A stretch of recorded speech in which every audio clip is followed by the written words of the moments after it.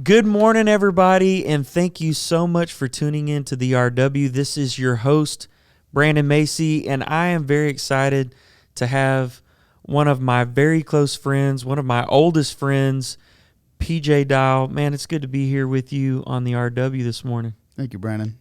I think I'm glad to be here.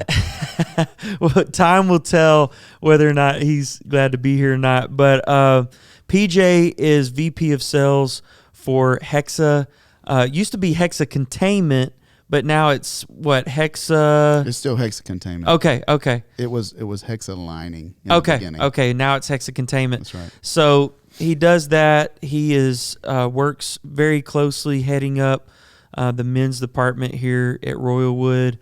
And, man, you know, I know we were talking a little bit off mic about old memories, mission trips that we've been on together, fishing trips that we've been on, and just a lot of really good memories going into our past and how our friendship both started when I was, I think I was, 8 or 10? Yeah, I was 12, I think. So yeah, about 8. Yeah, and I mean, you're way older than me. Way. So, yeah. 4 whole years.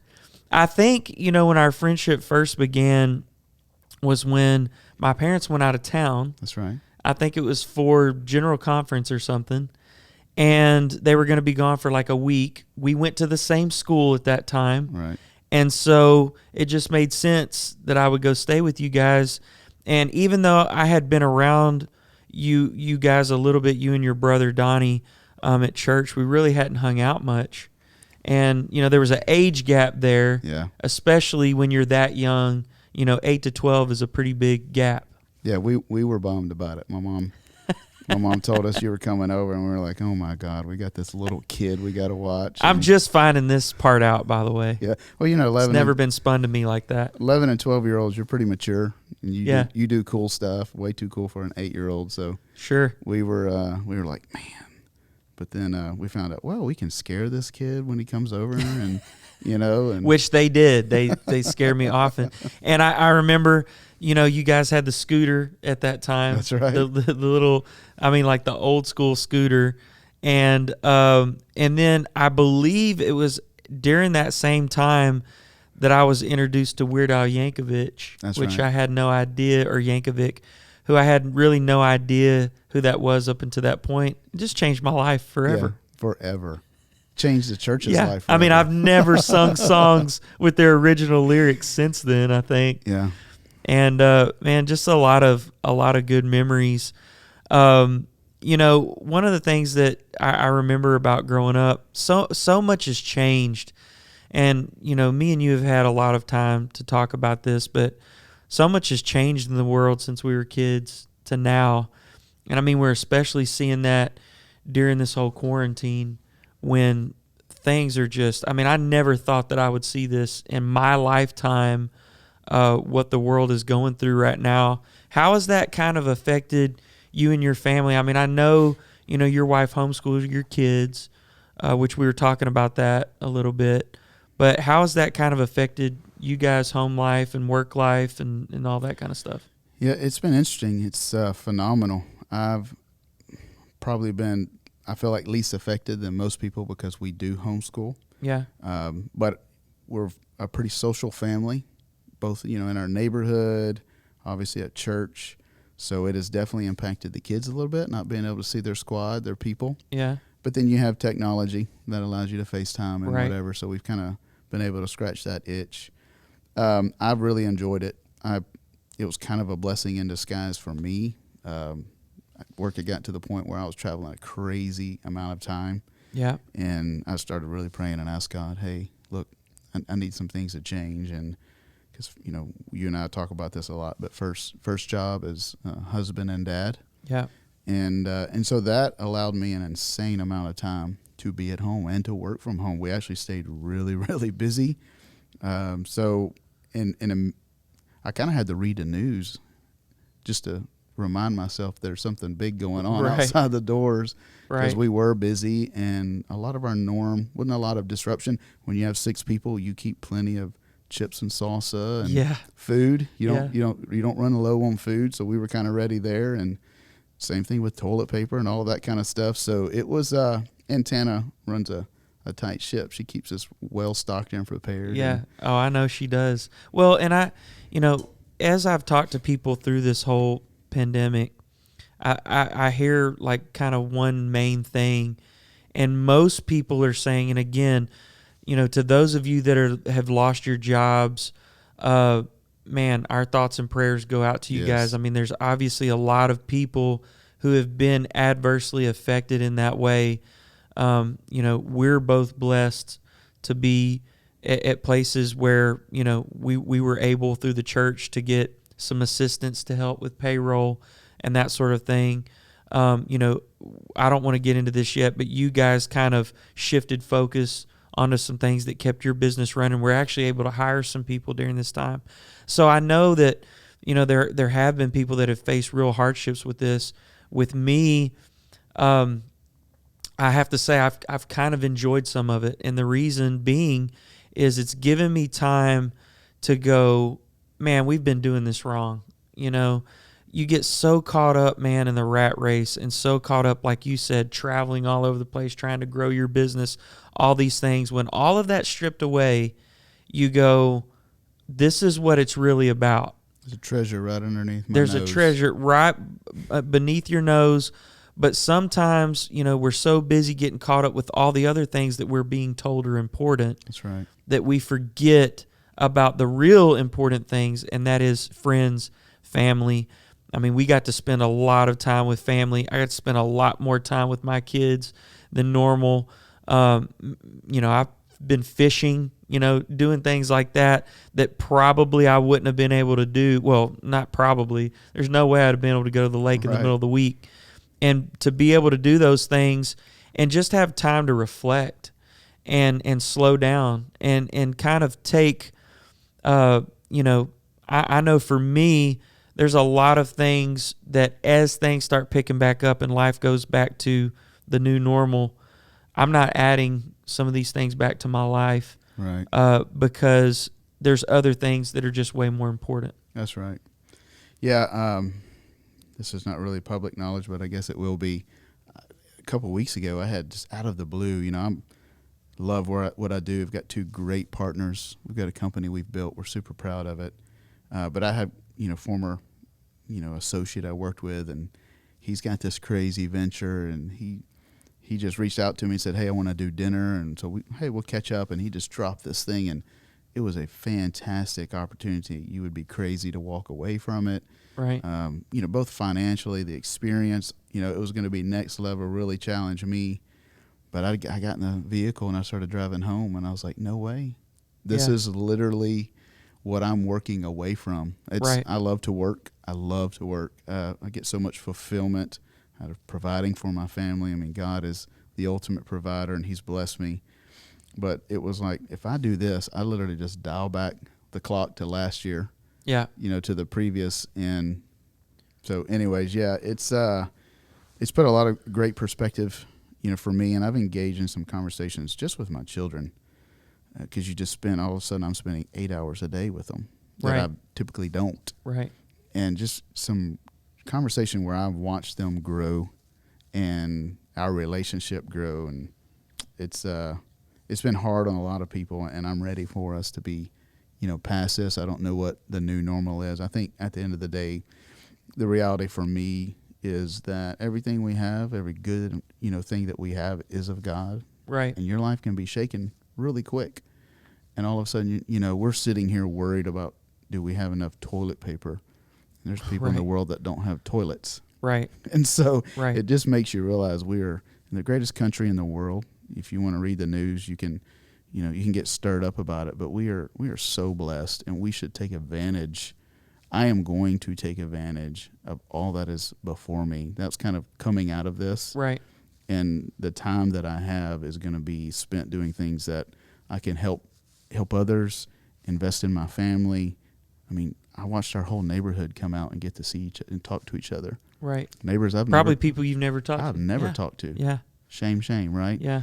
And so how do we hold on to that and not go back to, well, it's my show tonight, or, the other kind of things. Well, and, I'll tell you, going into 2020, and I talked about this at the beginning of the year, I decided, and I've done this, I think, the last couple of years, to pick a word that I was going to kind of, everything was going to filter kind of through that. And my word was intentional. Mm-hmm. I had no idea that this was going to happen. And if there was ever a time that word was more prevalent in my life, it was now. It was like, now I have the time to be intentional about my talks with my kids. I told you that Barrett and I just recently had the talk, right? That's good. On the boat, which was absolutely hilarious. We won't get into the talk here on this podcast, but it was very interesting in some of the things that came up in that. But it's those kind of moments that I would not have had that moment had it not been for this situation. So to me, we've got to realize that when things come up in our lives, we can either go, this is a disaster, this is horrible, we can't go do the things that we used to do, or we go, let me take advantage of this time and spend more time, clean like we've never cleaned before, right. Organize, figure out when things do get back to normal, what am I going to do with that time now? I've seen a lot of people post on social media and be like, 2020 was the stepchild and 2020 was this and all that. I don't feel that way. Has it been inconvenient? For sure. Am I ready for things to kind of get back to normal? Absolutely. But at the same time, there are some very good things that have happened during this time. From a church aspect, we've realized that God is not just about a building. God is in our homes. He's we have personal relationships with Him. It's not just about, hey, let's meet together in this building. It's great when we just got to this last Sunday for the first time, and you could feel from everybody the just spirit of rejoicing that they had. And even though we were practicing social distancing, we let out by rows, everybody didn't get to, but it was just great to be around people again, to worship together with people again. Yes. You just all of a sudden felt this strength, that only comes from being around people. So I do know that there have been people that have gone through isolation during this time, and it's been tough. But sometimes that's tough because all of a sudden we get to realize our relationship with our wife wasn't as strong. Right. Our relationship with our family wasn't as strong as we thought it was.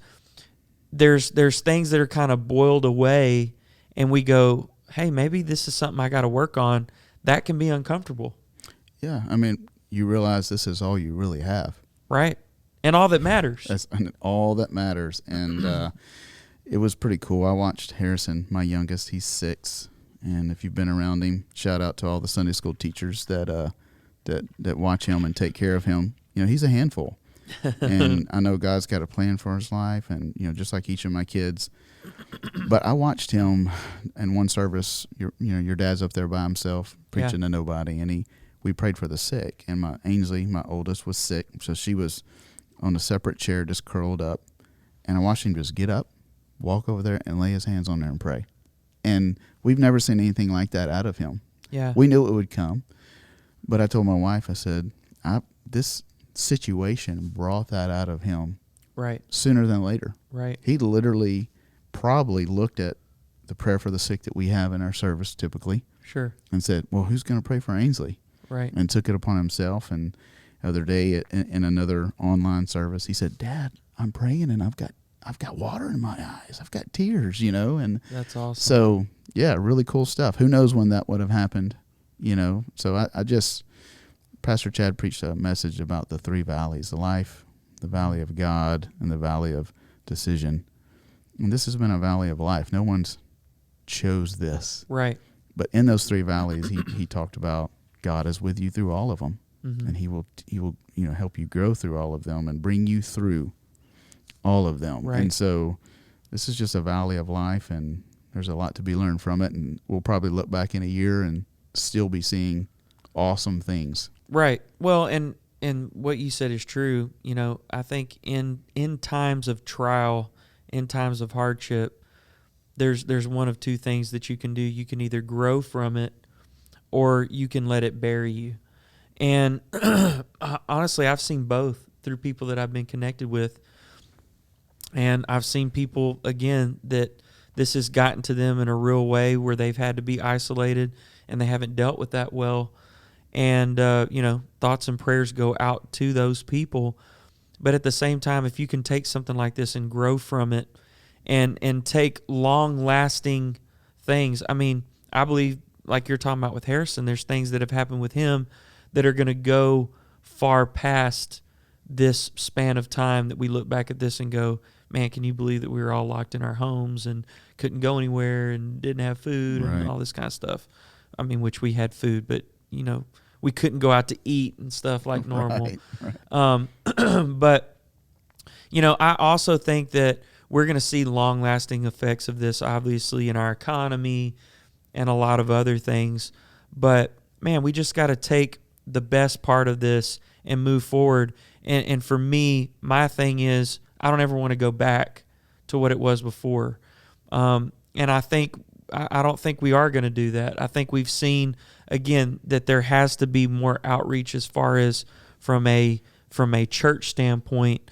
There's things that we've changed within the church that we'll never go back to after this is over. And I think that's good. I think it shed light on, a lot of things that are changing in our world. The virtual side, the online side of the world has changed a lot. I mean, I know Zoom meetings and that kind of stuff has been taking place, but man, it's been an overload of that kind of stuff since this has happened, I had a weird emotion, and I don't know how this will be received, but Sunday I had a weird emotion. It didn't really, I enjoyed being back in service and worshiping, and it was great, but it was almost like it wasn't the same for me. And I know there were some social distancing rules and stuff, and then I realized that the way we looked at these, what church is should never be the same. I'm saying what you said, and I was feeling that in my spirit because the church is not the service. Right. Corporate worship is necessary and awesome, and no one loves it more than I do. But our sense of fulfillment shouldn't, we shouldn't leave Sunday and say, that's all I need. Right. We should leave Sunday saying, man, I can't wait for Monday to do my job, to be the church. And so for me, I felt like God pulled back, for me personally, just pulled back and just reminded me of the mission, a little bit. And I think that's probably the biggest takeaway from the quarantine is just being reminded of assembling together. We got to have it, but that's not our job. No. To me, what this has let us see is that that's a perk. Definitely. It really is a perk. And honestly, that's kind of the way I felt Sunday. It was like, man, I'm glad to be back. But, and obviously Pastor talked about this, that for the first time, a lot of people had to realize I have a relationship with God by myself. Right. I can't depend on the church unit to do everything for me. In that regard, that was a win. That was a win for us to realize that this is a relationship we got to work on one-on-one. It's not something that we can gain corporately by group dating God. Right. I mean, you've got to have those one-on-one times with God to get alone with Him where things can be worked on within yourself. Yes. Where you can reflect, where you can go, okay, this is something I've got to work on, and let God speak into our lives and show us things that we need to work on. And I believe that's what this time was about, if we were still and listened to what God was really trying to get across during this time. One of the things I wanted to talk about more on a business side is you guys did something that was incredible, and I know that you were on, it was ABC, right? Was That's it right. ABC? You guys were on ABC because I did watch it, and what you guys decided to do was get involved in creating shields, creating some other things for, our essential workers and stuff. And that was an awesome thing that you guys decided to do. How did that kind of all come about? Yeah, I've got to say this, Jordan, Casey, Nick, Landon, if you guys hear this, I'll forward this to you. I work with an incredible team of guys, and I think we've kind of got lightning in a bottle because they're all A-type personalities, but fairly humble, and we know where we belong. So each has respect for their talent, but every one of us, so we just had a meeting. We're a little bit in the oil fields because oil started kind of tanking about the same time. So we were having a meeting on a weekend of. This was kind of coronavirus, though, right? It was pre the quarantine. Okay. And so we started just saying, hey, look, oil's tanking. We might have to we've got about probably 15 to 20% of our growth, in the oil field that we were counting on. So what are we going to do here? And then Corona started kind of happening, and in a matter of 2 days, we said, hey, can we make one of these face shields? And in a matter of 2 days, Landon, our engineer, had come up with a prototype. We have a doctor that's connected to our business. We shipped it to him. He's like, this is wonderful. This is perfect. So we started getting out there and just seeing if there's a market. Is there an appetite for this? And it just ran away from us. I got an order from Keith Mears, who was running Governor Abbott's strike team. Mm-hmm. I called the governor's office, got this guy on the phone, and he places an order, within a couple of days for 50,000 of these. Yeah. So we invested in the equipment right away, said this is going to be real, and we kind of prepped our team to just start getting out into the market, and it was insane. And well, I know you called me on the phone one day, and you were like, I just had somebody call me for 1 million of these. And that day, I got 2 different orders for a total of 8 million. State of Texas called me back and said I need 1 million. And then state of Indiana, I was calling every governor's office in the country. Yeah. And they called back and said, we need 7 million, which we couldn't have done 1 million. It would have taken us 6 to 8 months. They wanted them now. Yeah. So from a sales perspective, it was insane. But it was a huge privilege. Sean Smith, shout out to Sean Smith, your cousin. I found out later, he is the guy that got us the interview with. He knows some people at ABC and told them about what we were doing. I didn't even realize that. Yeah, and so I owe him lunch. But they showed up. They called me, wanted to, so we wrestled about who would do the interview, and I got stuck with the honors because nobody. Well, you did a great job, man. face for TV for sure. Face for radio, for podcasts. But it was incredible. The thing that was good for me is I began to get calls from hospitals all over the country. And there was this one lady in Massachusetts, and she called me, and she was literally in tears. And she says, we have no PPE whatsoever.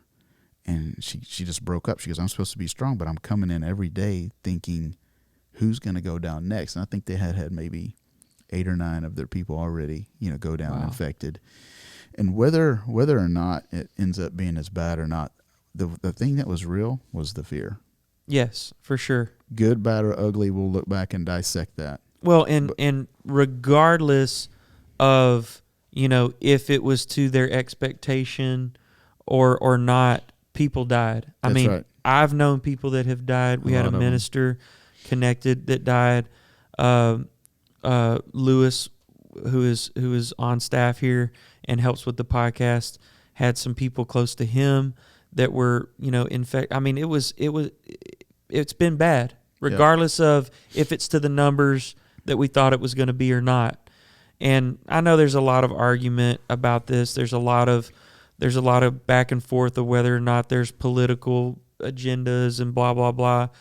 First of all, I think we live in a day and age that everything has some type of agenda, especially when it comes to media, news media, regardless of what side it's on. There's always some kind of, ulterior motive behind things.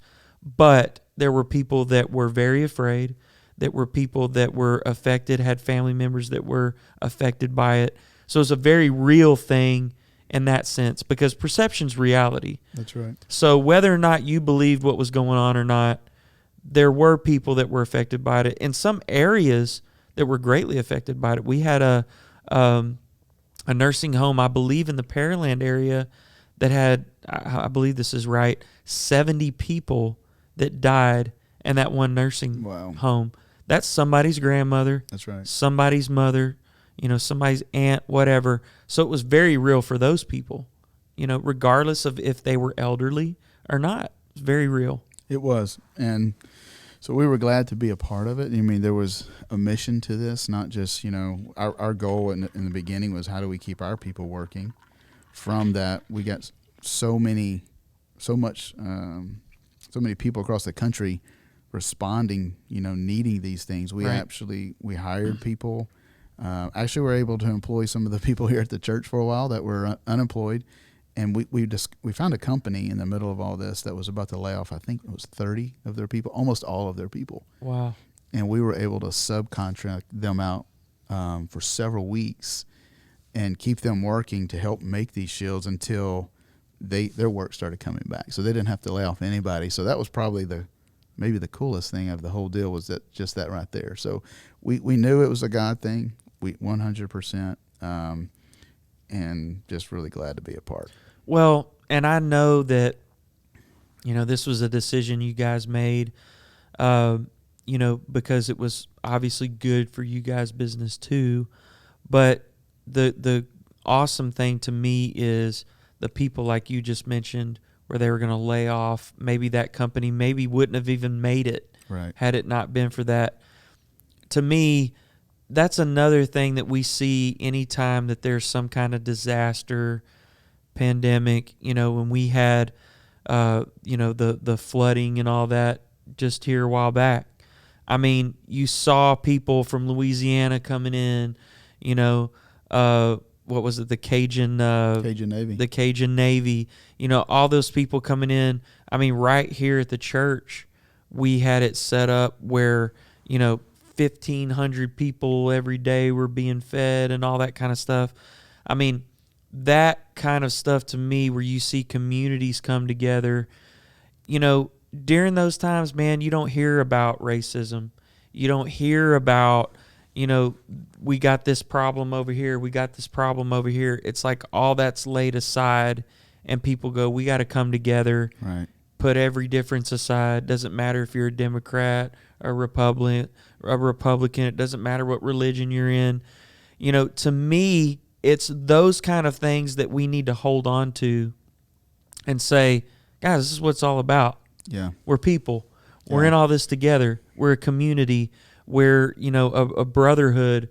We're, a church. Whatever you belong to me, that's the important things that we should hold on to and go, this is what I learned from during this time. It doesn't matter if you've got a different political view than me. Yeah. What does matter is I can take groceries over to your house and, supply you with something that maybe you couldn't get otherwise. Yeah. We've got to create space in our lives for other people. Yeah. And, my father-in-law, who is absolutely the best father-in-law in the world, the greatest, my kids call him Grumpy. Shout out to Scott Johnston. Yeah, Scott Johnston. He is awesome. And Tana's dad. And I have taken the stories that I've heard of how, her parents were separated and his faithfulness to always getting her and the things he did with her and would do anything with her.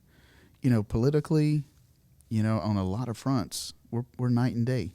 Yeah. And it's never a point of contention. We and your dad has said this, we just literally focus our lives around the things we do agree, which is family. Yeah. And love and having a lot of fun. And we have to allow people to believe different and do different, right? And just accept that people are going to be different. Yeah. And you know me, I mean, I have strong opinions just about just everything. Maybe when I was younger, and not that I'm the epitome of maturity. When I was younger, I would like to vocalize these things. But my daughter taught me one time, literally just on a Saturday morning, she said, Dad, in order to keep the peace, sometimes you got to keep your opinion to yourself. And that's good. Yeah, from the mouth of babes. She was 7 or 8 years old. Ainsley told me that. Wow. Just out of the blue. We're just cooking eggs. And she just turned to me and said that. And so it's like we feel like we need to post what we feel and post, and it's your right, and I'm not against it, and I will post once in a while. But at the end of the day, how do we become peacemakers? Yeah. Well, right? And my question on a lot of that, and you see this on social media, and I stay completely away from those type of things. But one of the things that I often think when I see a post or something like that is I think, what are you hoping to accomplish by this post? Does this post bring division, or does it bring people closer together? Because if it brings division, in my opinion, you shouldn't post it. I mean, if it's divisive, you shouldn't post it. That should be something that when you post something, to me, it should be to encourage. It should be to bring people closer together. But you see so much of that out there, and what we don't need right now is more division. Yeah. I mean, that's something that there's plenty of. There's plenty division. There's plenty of people going head to head on things. We don't need that. What we do need is more peacemakers. And that's why the Bible says, blessed are the peacemakers, for they will inherit the kingdom, right? Yeah. Isn't that what the scripture says? That's right. The thing if I misquoted that, if you're a Bible quizzer, just forgive me. But yeah, and if I agreed to that, then forgive me. This is not a perfect podcast. We're not trying for perfection here. Not with me on it. The gospel means the good news. Yeah. And what I think we can all forget sometimes is that it is good news. It's meant to be, the hearing of it should be good, and it should, your mom always talks about, it should be compelling. Right. It should compel. Right. And so we live and die on these hills of controversy and we do it in a way that it's, if you truly have something that's innovative, like if I develop a flux capacitor, I'm gonna go and sell this thing and change the world. Right. And I'm not gonna go in and try to create controversy. I'm gonna promote it as this is good. Yeah. And promote what is good about it. Right. But we people do it, not just Christians. People do it. Oh yeah. They like to just say, "Here's how I believe," and I don't care, if it hair lips the devil. Right. I'm going to offend everybody and draw this line in the sand. And I have family members that aren't attracted to church because at some point that's what happened. Someone said, but it's the gospel. Yeah. It can't be delivered negative. It shouldn't be. No. It's good news. And if God called us to be salt and light makes things brighter, salt makes things taste better. That's right. So that's what we're supposed to be. If we are casting shadow on something, we're not being what God wanted us to be. If we're making something bitter, then we're also not what God created us to be. If we're created to be salt and light, then we're created to make things brighter and make things taste better and to share the good news and to do that in love. And, you read the Bible, that's what Jesus talks about so much is love, love, love, love, love. And, people say, well, all you need is love. And it's like, that's so cliche. The thing is that it's true.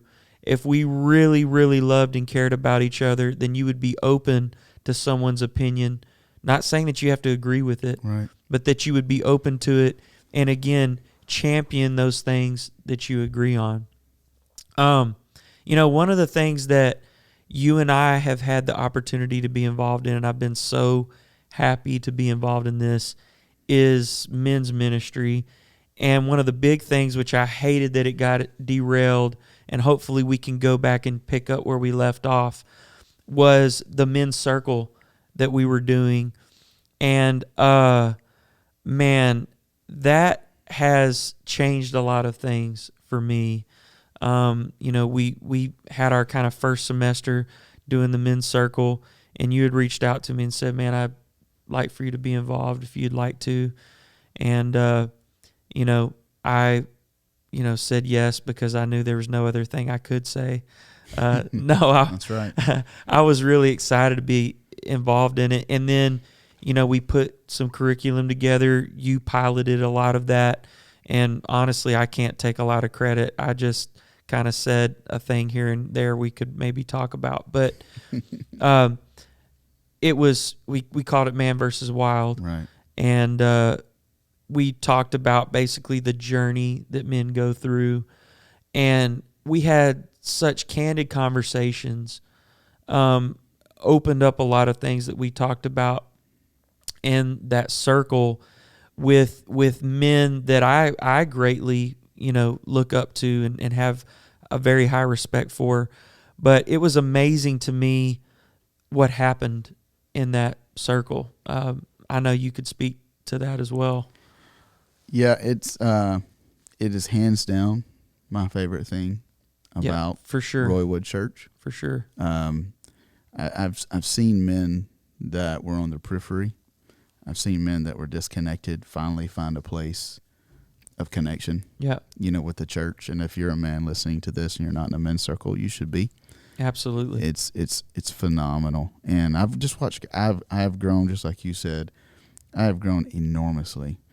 In the area I've grown the most is how important every man is, and realizing how important I am as a man in the body of Christ. Not PJ, but as a man in this church, how important I am to others. Yeah. And I've talked to 2 of our men this week. Just reached out to them, both of them, just going through some crazy tough things. Yeah.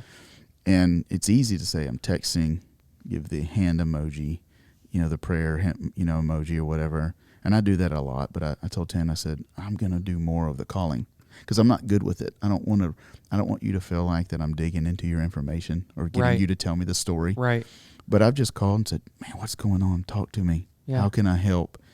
And just to hear these guys, one guy yesterday, he just got, so choked up, and that wasn't the goal. He texted me later and said, I need this. This is, I grew up, quote unquote, in church. I came here when I was 12 years old, and I walked in this door with things in my life that I didn't understand already, right, that I was struggling with as a 12-year-old. Right. And fast forward to today's world and our kids, and you can imagine what they deal with. And I didn't, and unbelievable pastor. Your dad is my favorite pastor and person in the world, and he's loved me, and without him I wouldn't be here. Right. But I still sat on these pews not knowing how to navigate the wild. Right. Not knowing how to handle the things that were literally tearing me apart, some of them. And so I had told God a few years ago, 2 years ago, I said, Lord, I've kind of gotten into this work mode, and I want to remind you that I will do anything you ask me to do. Right. I said, and I'm not joking. The very next morning, Pastor Chad called and said, look, Pastor Macy wants you to consider kind of heading up the men's ministry. Yeah. And I immediately went to say no. And I was like, wait a second, I just prayed. Yeah. Because I had me in the way. God, I didn't mean right now. That's right. I meant later on. I had me in the way, and I realized this is not about me. And so, shout out, we're doing a lot of shout outs. Kaylee Bernard, heading up circles. Yeah, absolutely. And creating this forum. And there are men here in our church that I have watched them just take enormous leaps. Yeah. And in our last circle, I watched one guy in the middle of what we were talking about, our kind of lesson, if you will. He raised his hand and said, hey, what do y'all do when y'all feel this? And he just opened up. Yeah. And just shared some real private stuff. Yeah. In a group of about 15 to 17 men. And I remember I just stopped and I looked at him and I said, thank you. Yeah. I said, that took so much courage to do that, because it took a lot of courage for me to do that. Right. To get to the point where I said, I've got to talk to somebody about this or just give up. Well, and that's one of the things that you and I have talked a lot about. I've talked about it a ton in the history of this podcast, is transparency. Right. And, kind of the way that we grew up, and there was just a lot of privateness, or I don't know really the right word to say that. It was just, a lot of, with men, emotion wasn't shown. I love my dad to death, and me and my dad have talked about things in our lives, but not to the point that I've talked to my boys about things. Let me jump in here. So I thought about this morning. Christian men grow up with the fact that if I show weakness, then I water down God's power. Right. Then his power is not real. Right. But it's exactly the opposite. Exactly. By showing my vulnerability and the weakness and that I need God, it places God in his power. Yes. In a position of power that he wants to be. Yeah. And so I think especially, in my life, it was like, I can't talk about this because I will let God down in front of people. Right. Right. But it's the exact opposite.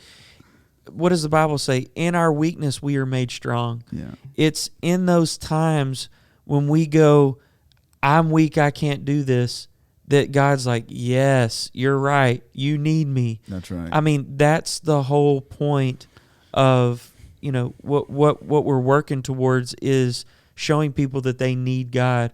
And if you're not transparent, you're not honest enough to go, man, I got to have God. I heard somebody tell me one time about an individual. They were like, man, I just don't understand it. But it's like they need God all the time, every day. And I just kind of sat there and went, well, that's me. Yeah. I mean, I don't pretend like I can do this by myself. When I try to do life without God, it's scary. Right. I don't want to be in that place where I try to live my life without God and I try to go by what Brandon thinks is best and all this kind of stuff. Sure, God, I believe, has given me wisdom to handle things and certain things like that, but I rely heavily on God, and I want it to be that way. Yes. But I feel like that's what's been great about the men's circle is that it gives a place where people can be transparent about things and also shows people that we're all facing the same battles. That's right. I think a lot of times we go through life, and especially in this social media time where everybody's showing the best side of things constantly. Yeah. And we just think, oh, they don't have problems in their marriage. Oh, they're not struggling through things. Oh, they're not facing these things and these challenges and these battles that I'm facing. No.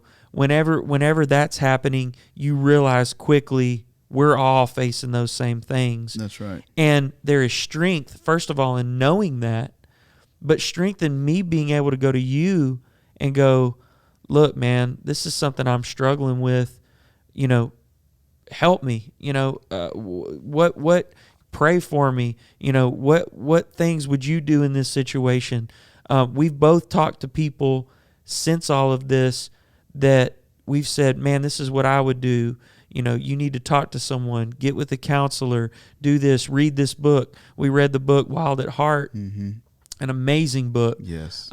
Things that showed me things in my own life that it was like, this is what we're supposed to be as men of God. So I think it's incredible, and I would encourage any man to not only get involved in the men's ministry, but to get involved in the men's circle. It's just been amazing. Yeah, be on the lookout. We're kind of going to reboot the men's ministry, new team leaders and stuff, and as soon as we can get out from under COVID-19 and its oppression, we've got some exciting things moving forward. I'll just say this about the men's ministry. One last thing is it's helped me understand that I did not have a relationship with God as the Father. Right. I had a relationship with Jesus, and that's how I looked at him as the man, but the Father part I didn't have, and I was always holding things back from the Father. Right. And I've got two boys, and the men's ministry has helped me share with them things that I struggle with, because right. the vision of a Christian man should not be someone who's got it together. It's someone who's scarred and wounded, Yep. right? But still getting up, and every day mercies are renewed, relying on God's grace and changing the world and Yep. sharing that with people. But that was not my vision of a Christian man. It was a guy who doesn't make mistakes. Right. And so this guy that we talked about who opened up in that session, I remember I turned to him and I said, you just freed people in this room. Yeah, absolutely. Because you're creating now something for someone to step into space and say, me too. Right. Versus keeping it in. Right. So I'm very pumped. I'm excited to be just a part of the men's ministry, and you bring a lot to the table. I really am excited about what you're doing, and I'm watching some of our men saying, that's the next circle leader. Yeah. I anticipate seeing more and more of that, so it's awesome. I love it. Well, I'm really excited about that. We've talked a little bit about it moving forward into the things that we're going to do. And I would say this to any of you that want to be involved in that. It is going to be exciting. You're going to want to be involved in it. We're going to be doing activities and all kinds of stuff. So I'm really excited about that. I know that we could continue to talk about this. Hours. Usually when me and PJ are on the phone, it's never a short conversation. We get into a whole lot of things. But I want to thank you, man, for taking time to come over and do this, for sharing your heart, for the things that, Hexa has done, for all the things that you're doing for your friendship. I really appreciate it. I mean, through the years, you have a few people that are true friends, and you've been a true friend to me.